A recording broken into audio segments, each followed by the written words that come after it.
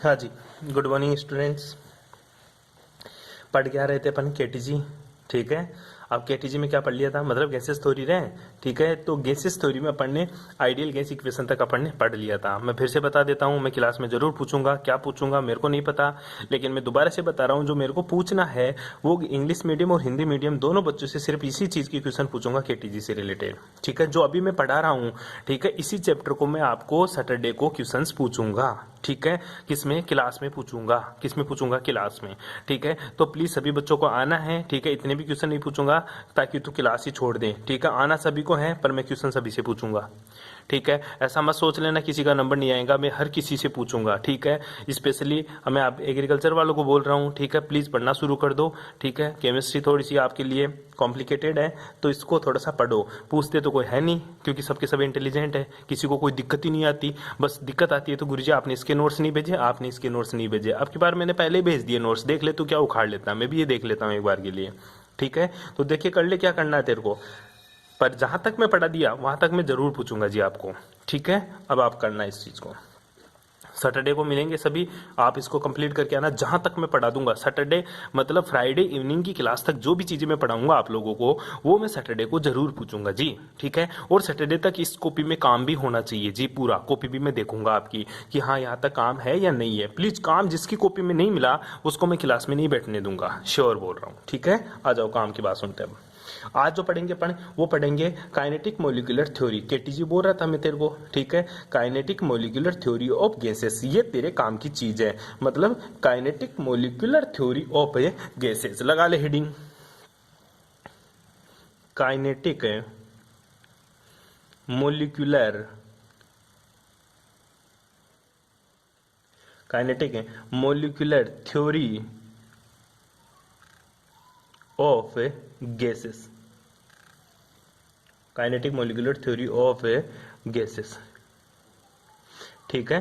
Kinetic molecular theory of gases, इसी को क्या बोलता हूं, केटीजी बोलता हूं। देख के तो यहां से आ गया, टी यहां से आ गया, जी यहां से आ गया, तो इसको क्या बोलूंगा मैं, केटीजी। मतलब मैं क्या पढ़ा रहा हूं तेरे को, केटीजी, ठीक है। तो kinetic molecular theory of gases, Hindi Hindi Hindi में बोलते हैं इसको गैसों का अणुगतिक सिद्धांत। क्या बोलेगा इसको, गैसों का अणुगतिक सिद्धांत, अणुगतिक या अणुगतिकी सिद्धांत।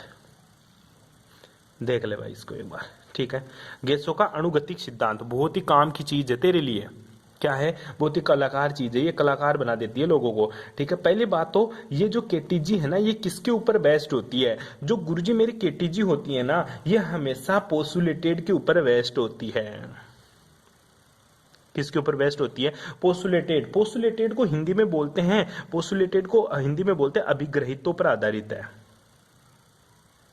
ठीक है। अब बात आती है गुरुजी अभिग्रहित का मतलब क्या होता है।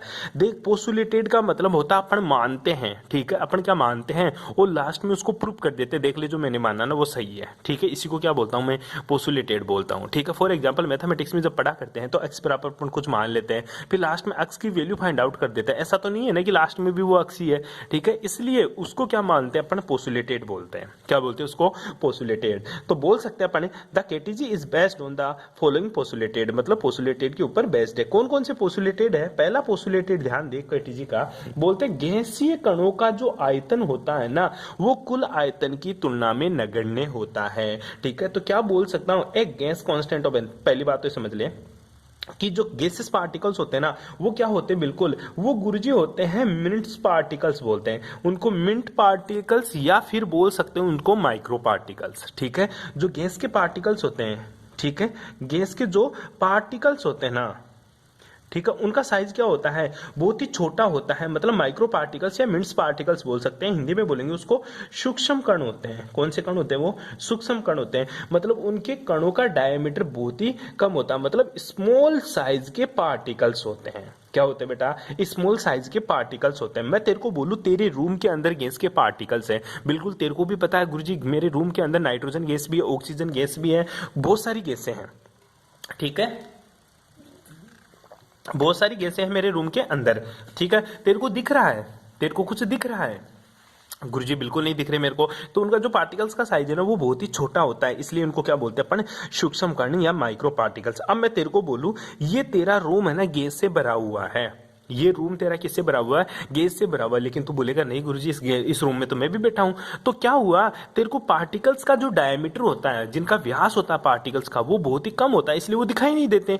ठीक है, तो केटीजी क्या बोलती है? केटीजी ये बोलती है कि गैस के जो पार्टिकल्स है ना, उनके द्वारा जो घेरा गया आयतन है ना, वो टोटल आयतन की तुलना में नगण्य है। मैं तेरे को बोलूं, तेरे रूम का आयतन बहुत बड़ा है, ठीक है, तेरे रूम का आयतन मैंने निकाल लिया, ठीक है, आई बात समझ। जैसे मान ले तेरे रूम का आयतन है 100 मीटर क्यूब है, ठीक है, उसमें गैस भरी हुई है पूरी। तो केटीजी क्या बोलती है कि केटीजी के अनुसार गैस का जो आयतन है ना, वो पार्टिकल उस रूम के आयतन की तुलना में क्या है? नगण्य है, मतलब जीरो है। तो गैस के कणों का आयतन कुल आयतन की तुलना में क्या होता है? नगण्य होता है। तो तू इसको हिंदी में बोल सकता है, सॉरी इंग्लिश में क्या बोलेगा?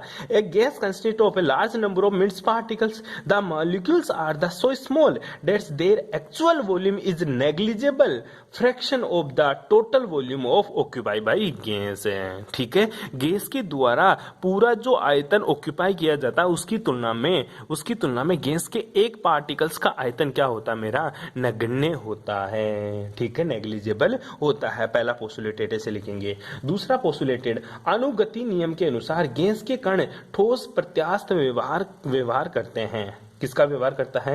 ठोस प्रत्यास्थता का व्यवहार करता है। कहना क्या चाहता है कि जो पार्टिकल्स होते हैं ना, गैसेस के पार्टिकल्स, वो गैस दीवार के ऊपर कौन सी टक्कर करते हैं? बिल्कुल प्रत्यास्थ टक्कर करते हैं। प्रत्यास्थ टक्कर का मतलब ये होता है, पार्टिकल्स इस दीवार के ऊपर टकराने के बाद जिस वेग से पार्टिकल्स इस दीवार के ऊपर टकराएंगे, उसी वेग से पार्टिकल्स वापस बाहर आएंगे। आई बात समझ में? जैसे मैं एक बॉल को दीवार के ऊपर मारता हूं, जिस स्पीड से मैं बॉल को दीवार के ऊपर मारता हूं, क्या बॉल उसी स्पीड से वापस आती है? नहीं गुरुजी।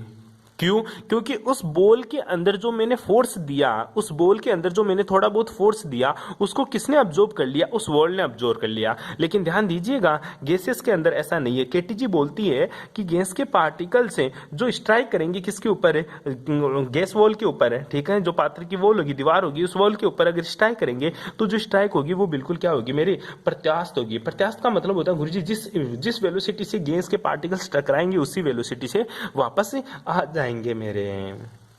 अरे बैठ रहा है बात समझ में? अरे कोई प्रॉब्लम? ठीक है, सिंपल सी बात बताई मैंने। ठीक है, कोई भी मतलब जो कोलाइड होगी, टक्कर होगी, वो बिल्कुल क्या होगी? बिल्कुल फिक्स होगी सर। ठीक है, there is no loss of energy when gas particles या gas molecules collide the one another or with the walls of the vessel. The kinetic energy may be transferred from the molecules by another but is not conserved in any of energy such as the hell. ठीक है, कहना क्या चाहता है? कहना ये चाहता है कि एनर्जी पार्टिकल से आपस में टकराएंगे तो भी एनर्जी ल्यूज नहीं होगी, पार्टिकल्स अगर दीवार के ऊपर टकराएंगे तो भी कोई एनर्जी ल्यूज नहीं होगी। मतलब बिल्कुल ही मेरी कौन सी टक्कर होगी? Collide with one another to one wall the vessel, that kinetic energy will be transfer from the one molecules to another molecules but is not conserved in any other direction. ठीक है, any other from the energy such as the hill. आई बात समझ में? तीसरी बात समझिए, Hindi medium वालों की तो जल्दी समझ में आ जाएगा। ध्यान दीजिएगा, हिंदी मीडियम वाले बच्चे एक बार के लिए दोबारा बोल रहा हूं कि मॉलिक्यूल्स आपस में टकराएं, कण आपस में टकराएं तो भी प्रत्यास्थ टक्कर होगी, दीवार से टकराएंगे तो भी प्रत्यास्थ टक्कर होगी। मतलब एनर्जी ल्यूज नहीं होगी, एनर्जी बिल्कुल कंजर्व रहेगी, संरक्षित रहेगी पार्टिकल्स में। आई बात समझ में? नेक्स्ट देखें, अब गैस के कणों की प्रत्यास्थ प्रकृति के कारण टक्कर उत्पन्न होती है और टक्कर के कारण संवेग परिवर्तन उत्पन्न होता है। कहना क्या चाहता है कि जो पार्टिकल्स की टक्कर होती है इनके ऊपर, ठीक है, ध्यान देना, वो मतलब जिस वेलोसिटी से मैं बोलूं, ठीक है, वेलोसिटी से जिस वेलोसिटी से पार्टिकल्स वॉल से टकरा रहे हैं उसी वेलोसिटी से वापस आ रहे हैं, उसी वेलोसिटी से क्या आ रहे हैं? वापस आ रहे हैं। और तेरे को पता है जो मोमेंटम होता है, मोमेंटम बोलते हैं बेटा संवेग को। क्या बोलते हैं? संवेग। संवेग किसके बराबर होता है? mv के। ठीक है, m क्या होता है? मास। मास किसका? पार्टिकल्स का। m क्या होता है बेटा?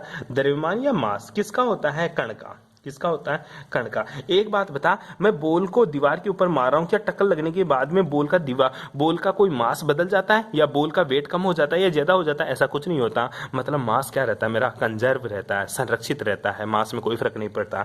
और गैसेस पार्टिकल्स के लिए वेलोसिटी भी क्या रहती है? कंजर्व रहती है। मतलब जिस वेलोसिटी से टकराएगा उसी वेलोसिटी से क्या है गुरुजी? वापस आ जाएगा। मतलब वेलोसिटी भी कांस्टेंट, मास भी कांस्टेंट। मतलब वेलोसिटी भी कंजर्व, मास भी कंजर्व। मतलब वेलोसिटी संरक्षित तो मास भी संरक्षित, तो उसका उसका संवेग भी क्या रहेगा, संरक्षित रहेगा।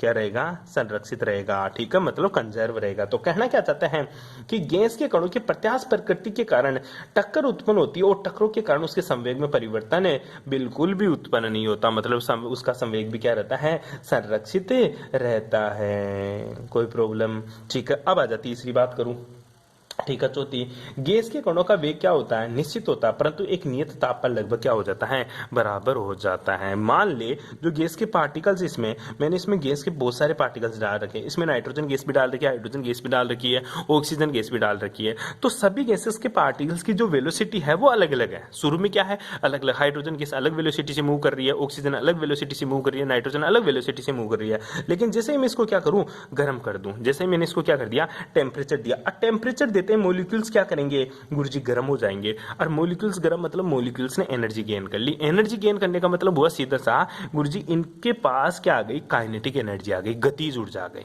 कौन सी एनर्जी आ गई, गतिज ऊर्जा। तो सबकी काइनेटिक एनर्जी सेम होती है। तो ध्यान देना, टेम्परेचर देने के बाद में सभी मॉलिक्यूल्स की वेलोसिटी क्या हो जाती है, सेम हो जाती है। क्या हो जाती है, सेम हो जाती है। आई बात समझ में। The molecules are in the state of the constant rapidly in the other all possible direction collide, ठीक है, in a random motion with one another and with the walls to the vessel. आई बात समझ में। Next देखिएगा, अब देख, जो गैसेस के पार्टिकल्स होता है, केटीजी पांचवी बात क्या मानती है केटीजी दे, जो गैसेस के पार्टिकल्स होते हैं उन पार्टिकल्स के बीच में जो अट्रैक्शन और रिपल्सन फोर्सेज होता है वो नेग्लिजिबल होता है।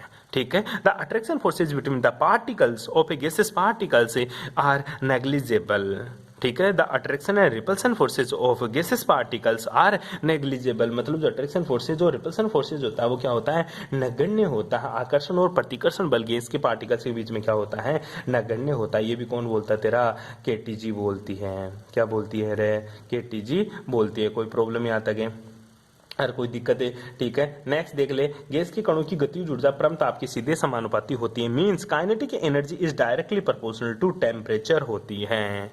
ठीक है, ये छठी बात बोल दी किसने, केटीजी ने। छठी बात क्या बोली केटीजी ने, कि kinetic energy is directly proportional to absolute temperature, मतलब किसी भी पार्टिकल्स की गतिज ऊर्जा उसके परम ताप की क्या होती है, समानुपाती होती है। अर्थात परम ताप बढ़ाने पर उसकी गतिज ऊर्जा भी बढ़ जाती है। ठीक है, नेक्स्ट सातवीं बात क्या बोलती है केटीजी, केटीजी बोलती है गैसीय कणों का सीआरएमएस अधिक पाया जाता है। कौन सा अधिक है, सीआरएमएस, रूट मीन स्क्वायर वेलोसिटी। ठीक है, सीआरएमएस को बोलते हैं रूट मीन स्क्वायर वेलोसिटी। वो बताऊंगा क्या होती है सीआरएमएस, सी एवरेज, सारी चीजें पढ़ेंगे अपन। ठीक है, तो 7 पोस्टुलेटेड किसने दिए, केटीजी ने। ठीक है, कहीं में 5 मिलेंगे, कहीं में 3 मिलेंगे, तो जो लिखे हुए उतने आपको याद करने हैं। ठीक है, क्वेश्चन आता है कि केटीजी क्या होती है। ठीक है, तो केटीजी बेस्ट पोस्टुलेटेड के ऊपर बेस्ट है। केटीजी का पहला पोस्टुलेट है गैस के पार्टिकल्स क्या होते हैं, बिल्कुल सूक्ष्म कण होते हैं, मतलब माइक्रो पार्टिकल्स होते हैं, मतलब मिनट्स पार्टिकल्स होते हैं। ठीक है, इनके बीच में ना तो अट्रैक्शन होता है ना क्या होता है, रिपल्सन होता है। ठीक है, ये परम ताप की समानुपाती होती है। ठीक है, ये क्या करते हैं, इलास्टिक मोशन करते हैं। ठीक है, बिल्कुल इलास्टिक, इसके ऊपर गति करेंगे, प्रत्यास्थ गति करेंगे।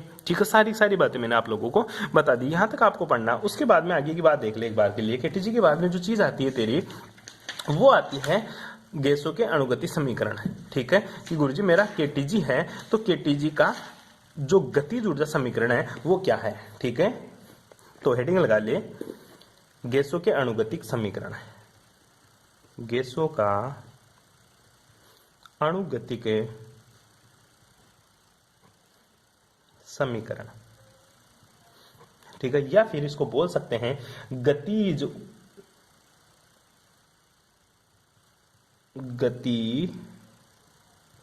ऊर्जा समीकरण। ठीक है, दोनों बात एक ही है। ठीक है, इन्हीं के ऊपर, इन्हीं पोस्टुलेटेड को आधार मानते हुए केटीजी ने अपना एक समीकरण दिया। वो क्या समीकरण है उसको अपन देखेंगे। आई बात समझ में। इन्हीं पोस्टुलेटेड को आधार मानकर केटीजी ने अपना समीकरण दिया। कौन सा समीकरण था, क्या था, वो बात करेंगे अपन नेक्स्ट क्लास में। आज आपको सिर्फ पोस्टुलेटेड पढ़ने हैं। ठीक है, थैंक्स फॉर कोऑपरेशन।